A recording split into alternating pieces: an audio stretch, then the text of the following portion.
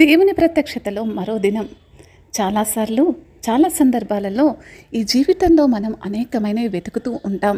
మనం ఎవరో ఒకరిని నిజంగా వెతికితే ఎంత కఠినమైనా కనుగొంటాం. అదేవిధంగా మనం దేవుణ్ణి వెతకాలి మరి అన్నదే దేవుని యొక్క ఉద్దేశం. అదేవిధంగా ఇర్మియా గ్రంథం 29వ అధ్యాయం 13వ వచనంలో, మీరు నన్ను వెతికిన ఎడల, పూర్ణ మనస్సుతో నన్ను గూర్చి విచారణ చేయునెడల మీరు నన్ను కనుగొందురు అంటున్నాడు. ఇది బబులోనులో చెరలో ఉన్న ఇశ్రాయేలు ప్రజలకు చెప్పబడింది. వారు దేవుని నుండి దూరమయ్యారు, విగ్రహారాధన చేశారు, దాంతో చెరలో పడిపోయారు. కానీ దేవుడు ప్రేమతో ఇలా అంటున్నాడు, మీరు మారు మనస్సుతో, పూర్ణ మనస్సుతో నన్ను వెతికితే నన్ను కనుగొంటారు అని సెలవిస్తున్నాడు.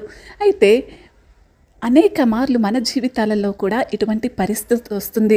అలాంటి సందర్భాలలో దేవుడు లేడేమో, మన చెయ్యి విడిచిపెట్టాడేమో అనిపిస్తూ ఉంటుంది. దావీదు అరణ్యంలో పారిపోయినప్పుడు ఇలానే అన్నాడు, దేవా నీవే నా దేవుడు, నిన్ను తప్ప నేను ఎవరిని వెతుకుతాను?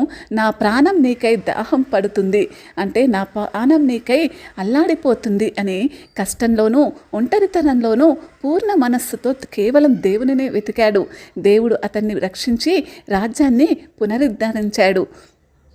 దానియేలు విషయంలో చూసినట్టయితే బబులోనులోనూ ఉన్నప్పుడు కూడా ప్రతిరోజు 3 సార్లు ప్రార్థించాడు. మారు మనస్సుతో దేవుని వెదకినందువలన సింహాల గుహలో కూడా రక్షింపబడ్డాడు.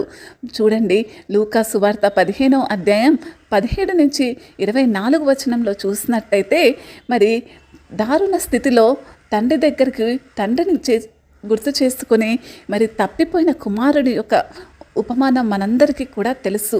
ఆ కుమారుడు మరి తండ్రి అన్నిటికీ కూడా సమర్థుడని తెలిసి తండ్రిని విడిచిపెట్టి ఆస్తిలో ఉన్న తన భాగాన్ని తీసుకొని విచ్చలవిడిగా జీవించడానికి వెళ్ళిపోతాడు. కానీ ఎప్పుడైతే మరి తను తీసుకున్న ఆస్తంతా కూడా ఖర్చు అయిపోతుందో అప్పుడు వెంటనే అతనికి తండ్రి మాత్రమే గుర్తుకొస్తాడు. మరి తండ్రి అతన్ని ఆలింగనం చేసుకుంటాడు. దేవుని కృప అతనికి లభించిందని మనం ఎంతో సూటిగా చెప్పవచ్చు. దేవుణ్ణి వెతికేవారు ఆయనను తప్పకుండా కనుగొంటారు. నిజమైన దేవుణ్ణి వెతకడం అంటే మన హృదయం, మనస్సు, ఆత్మతో దేవుని వైపు మళ్ళడం అనేదే. ఇది కేవలం ప్రార్థన, వాక్యం, ఆరాధన, ఇదే దేవుణ్ణి వెతికే మార్గాలు అని మనం గుర్తు చేసుకోవాలి. అయితే మీరు జీవితంలో ఎక్కడ ఉన్నా, ఎలాంటి సమస్యలో ఉన్నా, మీరు పూర్ణ మనస్సుతో దేవుణ్ణి వెతికితే ఆయన ఈరోజే మీ జీవితంలో ప్రత్యక్షమవుతాడు. వారిని ప్రార్థనలోకి నడిపించండి. హృదయపూర్వకంగా పశ్చాత్తాపంతో మీరందరూ కూడా మరి ఇటువంటి పరిస్థితుల్లో ఉన్న వారికి ఇదే వాక్యాన్ని చెప్పి ఆయన సన్నిధికి నడిపించి వాళ్ళ జీవితంలో కొత్త మార్పును కనుగొనండి. దేవాతి దేవుడిచ్చిన ఈ సందేశాన్ని బట్టి